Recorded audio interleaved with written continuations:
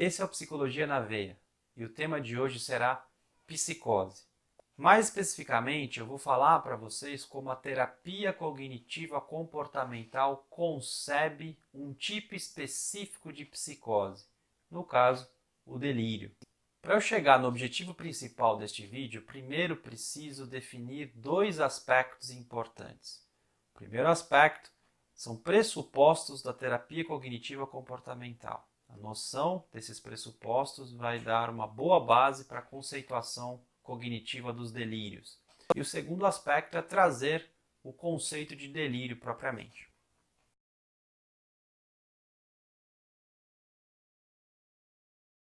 A terapia cognitiva comportamental, ela não tem uma ideia original de como se dá a consciência humana. Na verdade, ela herdou tanto do conhecimento científico e filosófico, até mesmo religioso, esse conceito de como a consciência humana é formada.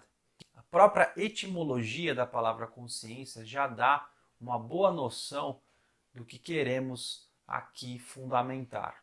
Conscire, cum, que é igual a com, e cire é igual a sei, sabedoria, ciência. Sabedoria com, ciência com consciência. Você percebe na etimologia da palavra consciência um aspecto dual dessa palavra.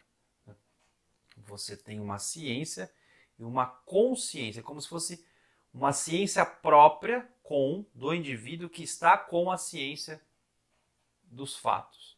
Uma espécie de união entre dois aspectos, com o indivíduo, ciência, as coisas. As ciências são as coisas, o com é o aspecto do indivíduo. A neurociência mostra esse fato quando diz que não vemos as coisas propriamente. O que vemos são representações das coisas. Olha que interessante. Para que eu possa enxergar alguma coisa, para que eu possa enxergar, por exemplo, a minha mão existe, é um fato. Mas eu não vejo a minha mão diretamente, ou seja, com ciência. Eu vejo a minha mão com a minha consciência. Então eu tenho que ter um reflexo, um espelho, né, que gera um reflexo, uma representação da minha mão. Eu não vejo a minha mão propriamente, mas eu vejo a representação de mão que eu tenho. Pode parecer maluquice, né? Mas essa é uma hipótese que se tem sobre o fato dos nativos não terem, quando as caravelas chegaram nas Américas, os nativos não terem enxergado ou percebido as caravelas, porque era uma embarcação totalmente desconhecida, totalmente nova. É possível que aqueles nativos não conseguissem enxergar as caravelas porque eles não tinham dentro deles uma representação, era algo totalmente fora da consciência deles. Então eles tiveram que representar tudo isso. Até que parece que um indivíduo conseguiu fazer essa representação e passou a enxergar a tal da caravela. Isso é uma hipótese, obviamente, mas faz todo um sentido. Um filme que explorou isso muito é o Matrix, né? A trilogia Matrix explorou isso bastante. E não é uma ideia nova, essa ideia dual, essa necessidade de dois aspectos para formar a consciência, né? Quando você pensa, por exemplo, num texto tradicional bíblico cristão, como a Epístola de São Paulo aos Coríntios, que diz: hoje o vemos obscuramente, por espelho, mas chegará o dia em que veremos face a face. Né?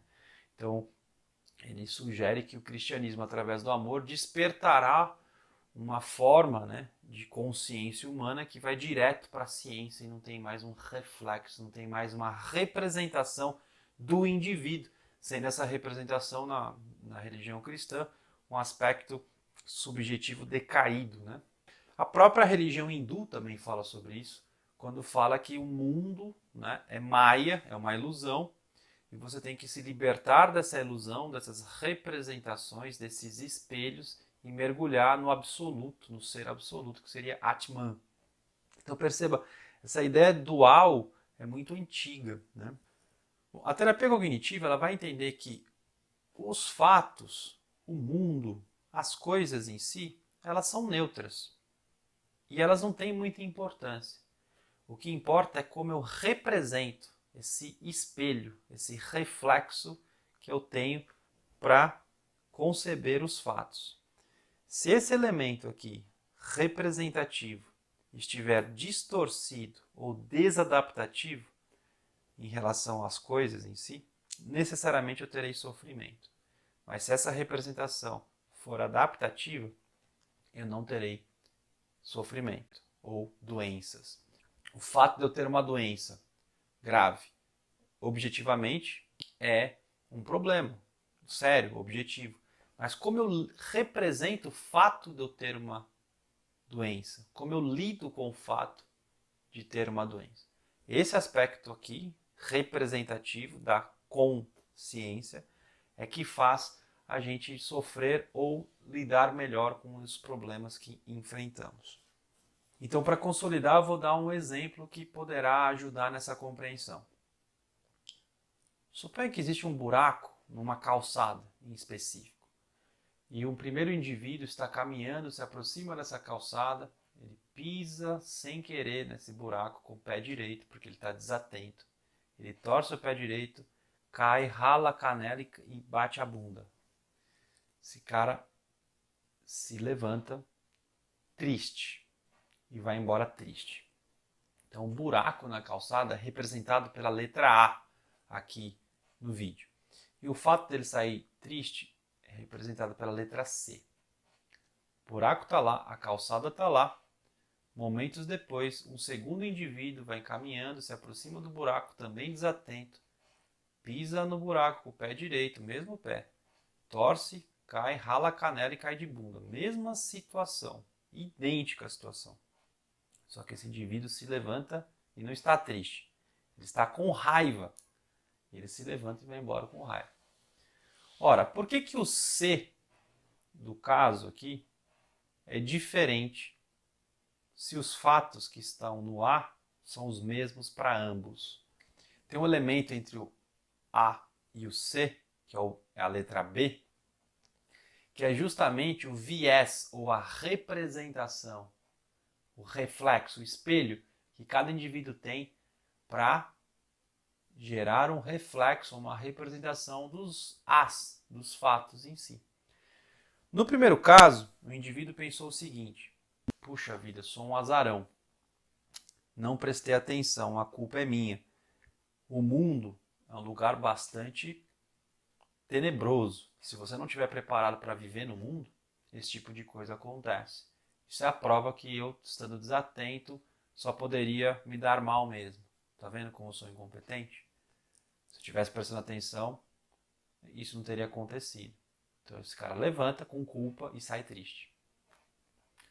O segundo indivíduo, quando ele caiu, ele pensou o seguinte: como existem pessoas incompetentes? Eu machuquei porque as pessoas responsáveis por isso não conseguem cumprir com as suas obrigações.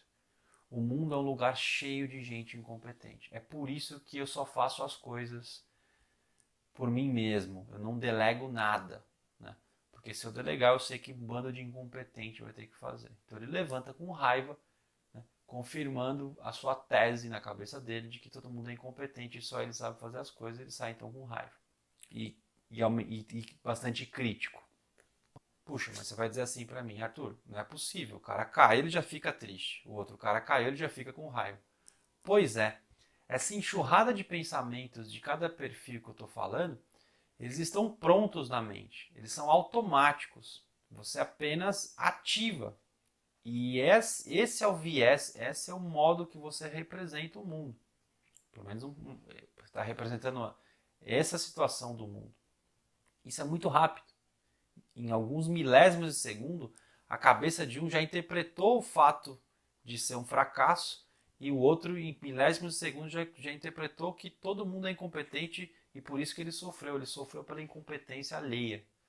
Não para aqui. O primeiro indivíduo, por ter sofrido isso, ele começa a se comportar desesperadamente para estar preparado para viver no mundo. Afinal de contas, o mundo é um lugar que pode ser tenebroso. E uma pessoa despreparada para viver num mundo tenebroso é horrível. Então ele tem que estar sempre preparado.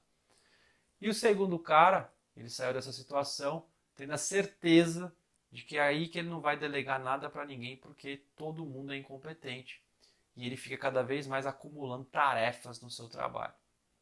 Veja, em ambos os casos, o comportamento dessas pessoas são vistas por elas como comportamentos para solucionar os seus problemas. Mas, na verdade, esses comportamentos vistos como solução exacerbam a interpretação, a representação que eles fazem de mundo. Eles fazem a manutenção desse viés de que o mundo é tenebroso e tem que ser muito competente para viver nesse mundo, e o outro cara que todo mundo é incompetente e que só ele sabe fazer as coisas corretamente. Então perceba, o comportamento de solução reforça o viés cognitivo. Então isso é um ciclo vicioso. Em terapia cognitiva você vai diagnosticar o ciclo que as pessoas têm, todas as pessoas têm seus ciclos de manutenção. Você vai diagnosticar, psicoeducar, ensinar a pessoa sobre isso e vai dar um jeito de quebrar esse ciclo e gerar um ciclo saudável, adaptativo. Caso, obviamente, esse ciclo seja desadaptativo. Eu dei 2 exemplos aqui. Bom, agora eu vou definir delírio. Segundo a Associação Americana de Psiquiatria, no ano de 2000, ela define o delírio do seguinte modo: é uma crença falsa baseada em inferência incorreta sobre a realidade externa, que é mantida firmemente, apesar do que pensam quase todas as pessoas e apesar do que constitui prova ou evidência irrefutável e óbvia do contrário. Ou seja, você tem todas as evidências, a opinião de todas as pessoas contrária à atribuição, à inferência incorreta, né, que a pessoa faz sobre algo, e ainda assim a pessoa persiste nessa interpretação equivocada da realidade. Né. Delírio é uma alteração do pensamento. É como se um aspecto subjetivo fosse projetado em aspectos objetivos, de tal modo que o fato objetivo fica em detrimento e a interpretação subjetiva é vista como objetiva. Essa ideia distorcida ela tem que também destoar da cultura do indivíduo, da subcultura do indivíduo. Para ser considerado delírio, aquele aspecto bizarro ou de alteração da realidade, ele tem que destoar, inclusive, do que é esperado para a maior parte das pessoas dentro da própria cultura do indivíduo. Agora, o conteúdo delirante em si não é tão importante, porque muitas dessas ideias elas podem acontecer na população em geral. O que torna o delírio um delírio não é tanto o conteúdo, mas são basicamente 3 aspectos que o pensamento tem que ter para se tornar um delírio. Algumas pessoas colocam mais aspectos do que esses 3, mas eu vou focar nesses 3 principais. O primeiro se chama pervasividade. Eu gosto de explicar pervasividade com a analogia do fermento. Né? Você, quando vai fazer uma massa de pão ou de pizza, né, você põe um pouquinho de fermento. Né? Esse fermento ele vai ter um trabalho, né? As enzimas vão começar a fermentar ali, de tal modo que devagarzinho esse pouquinho de fermento vai ganhando toda a massa, né? Até que o pão cresce, a massa inteira cresce. Pervasividade é isso, é uma ideia pequena que vai ganhando tamanho, né, na consciência e no fim das contas o máximo de pervasividade seria que aquela ideia tomou toda a consciência do indivíduo, o indivíduo vive em função daquela ideia. Então veja, ter uma ideia distorcida é até comum, mas se essa ideia distorcida vira o foco central da consciência do indivíduo, aí você começa a ter o primeiro aspecto do delírio. O segundo aspecto é a convicção. Né? O delírio é inflexível, persistente, é uma ideia cristalizada. Não adianta fazer questionamento socrático, não adianta buscar evidências. Delírio é delírio. O paciente pode até mentir para você que ele mudou de ideia, mas dentro dele ele não mudou de ideia.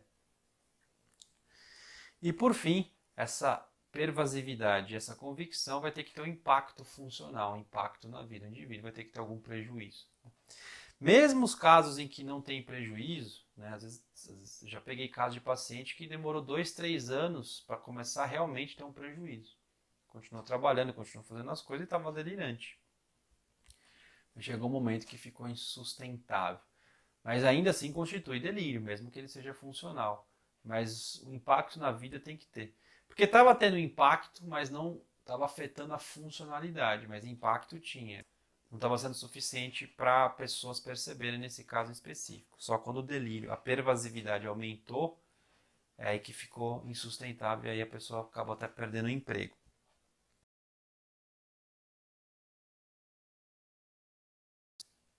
Vou retomar a ideia das representações que nós, seres humanos temos para interpretar os fatos. Né? A nossa consciência é formada por esse viés dos fatos, das coisas. Para a terapia cognitiva, o indivíduo tem que ter tendência genética. Né? Junto com a tendência genética, ele tem todo um ambiente. Tudo isso vai, o estímulo ambiental, tudo isso vai moldando o cérebro junto com os 50% do pai herdado e 50% da mãe herdado, que formou o cérebro puramente biológico. Então, a interação ambiente e biologia. Tudo isso vai transformar o indivíduo mais ou menos suscetível a qualquer doença. Isso vem do modelo biopsicossocial, que inclusive eu vou fazer um vídeo criticando esse modelo, mostrando como ele é muito bom para explicar muitas coisas, mas ao mesmo tempo como ele é limitado para muitas outras coisas.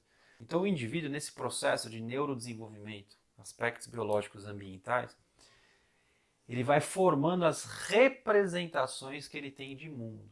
O primeiro viés, a primeira lente, a primeira representação que tem que ter é o do egocentrismo ou da autorreferência. Grande parte dos delírios, eles têm o indivíduo como centro do mundo, como centro do fato. É como se as coisas estivessem acontecendo ou para persegui-lo, ou para empoderá-lo, quando é o caso de delírio de grandeza, né? Mas de algum modo aquilo é direcionado para ele. Ele tem o poder de ver, ele tem o poder de escutar, as coisas acontecem para ele ver, para persegui-lo. Então sempre o egocentrismo tem que existir. Isso é interessante, porque se de fato isso for verdade, a gente já na adolescência, né, na infância, já pode começar a intervir para flexibilizar esse viés. O segundo aspecto é ou do desamparo, da vulnerabilidade, ou da fortaleza, da força. A mesma lente com dois polos. Quando é ativado o polo da vulnerabilidade, pense o seguinte: eu tenho o viés egocêntrico. Tudo o que acontece no mundo é direcionado para mim. E ainda eu entendo que eu sou desamparado, vulnerável. Portanto, tudo é direcionado para mim e eu não tenho recurso para lidar. Então, olha só o desespero que não deve ser interpretar o mundo desse modo. Quando o outro polo é ativado, que é o polo da fortaleza, aí você pensa no delírio de grandeza. As coisas estão se mostrando para mim, né? Porque eu sou um profeta, porque eu sou um enviado de Deus, porque eu sou um grande iniciado que a minha consciência se expandiu, eu estou conectado com a alma do mundo, né? Eu sou um grande mensageiro de Deus. Então vamos pensar no caso do polo de fortaleza, né? Um exemplo é: eu sou um profeta ou a encarnação do Messias. No caso do viés egocêntrico com desamparo, uma frase que eu já ouvi é: eu estou no ônibus, todos estão rindo de mim e não há nada que eu possa fazer a não ser humilhado. Percebe a diferença? O terceiro aspecto que temos é o que chamamos de locus de controle. Existem dois tipos de locus de controle, o interno e o externo. Quando o indivíduo tem a causação interna, ou locus de controle interno, ele acredita que ele tem algum poder de agir no ambiente para mudar o seu destino. Em verdade, em terapia cognitiva, a gente sempre espera que o indivíduo tenha causação interna. Se ele não agir, ele está lascado, ele é vítima. Se ele não agir, ele é vítima, ele é dependente, ele é passivo. Então a gente sempre pensa que o locus de controle tem que ser interno, mas não é bem assim, né? Na verdade, você tem vários transtornos psiquiátricos, como o transtorno de personalidade dependente, que acho que é o caso máximo aí, de um locus de controle totalmente externo. O indivíduo é passivo. Né? O indivíduo, inclusive, pode estar se relacionando com outro indivíduo que é abusador. Né? Não consegue ter força para sair dessa situação. Não consegue ponderar os malefícios todos que é estar com uma pessoa desse jeito. No caso do delírio, esse elemento também tem que existir, porque são forças externas, tramas que estão acontecendo, e eu sou passivo nesse aspecto, né? O indivíduo até pode agir, né? Se protegendo, fugindo, ficando violento, né? Mas esses elementos não são controlados por ele. Ele pode reagir, então a ação dele é reativa, mas não é uma atividade anterior, né? Em terapia, um dos objetivos é quebrar essa ideia de locus de controle externo. Super difícil. Por fim, a terapia cognitiva ela vai entender que tem que ter um viés de intencionalidade.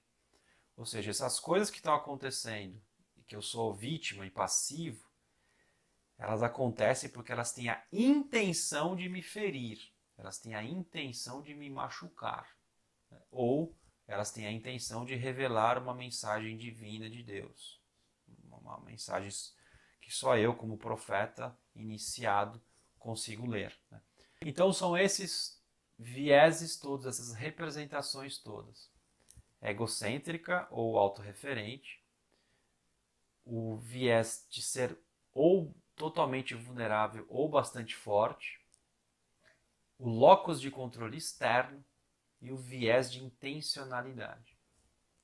Esses são os ingredientes para que um delírio se forme. E aí, para a gente fechar o vídeo, eu vou dar um exemplo hipotético da formação de um delírio através de todas essas camadas, desses ingredientes que eu acabei de descrever para vocês. Vamos supor que o indivíduo está na casa dele e ele se depara com pessoas na esquina fumando maconha.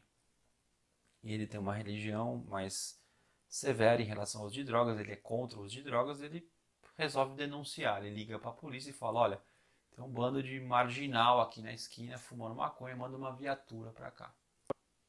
Aí ele desliga o telefone, tá lá irritado, passa uns 15 minutos, ele vê na notícia, no jornal, na TV, que existem policiais envolvidos no tráfico de droga. Ali ele pensa: puxa vida, eu fiz uma denúncia de pessoas usando droga para policiais. Quem garante que esses policiais não estão envolvidos com o tráfico de droga? Pode ser que eu me dei mal porque eles saberão onde eu moro, sabem que foi eu que denunciei, e isso pode me dar algum problema. Até aqui tudo bem, qualquer pessoa pode pensar isso. Mas lembre-se do que eu falei anteriormente para definir delírio: pervasividade, convicção e prejuízo funcional. Até o momento, ter essa ideia não é pervasivo. Mas à medida que essa ideia começa a crescer, como o fermento vai fazendo a massa crescer,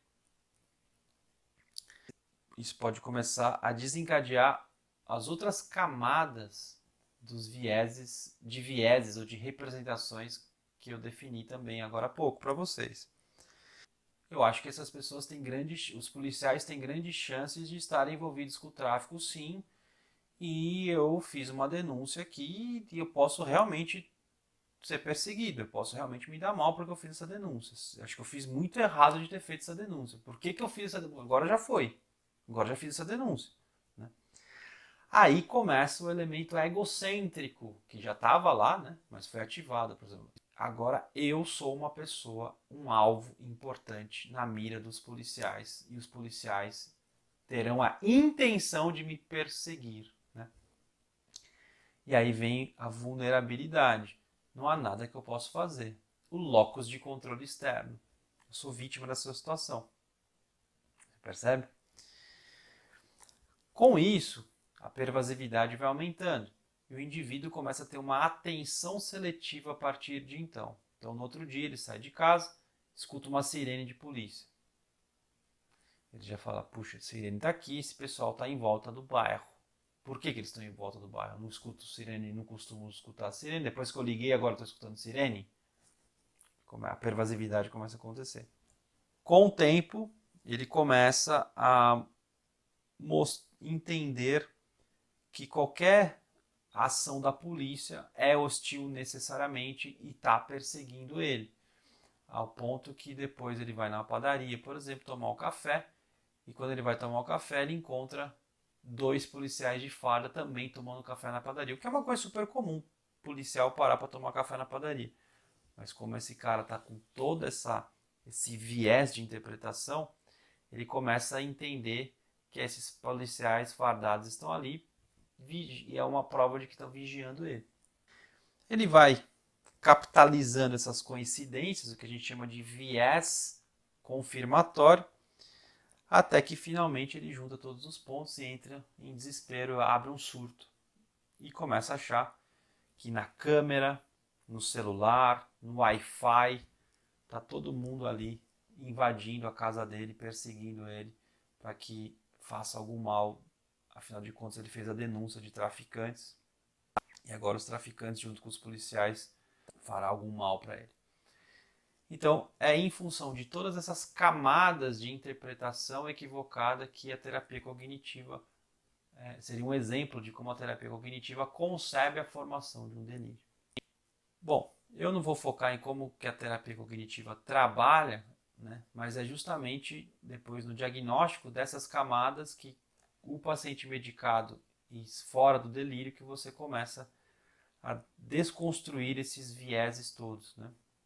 E ressignificar o modo como o indivíduo pode processar as informações. Mas um outro vídeo eu farei só com foco em tratamento de delírios pela terapia cognitivo comportamental.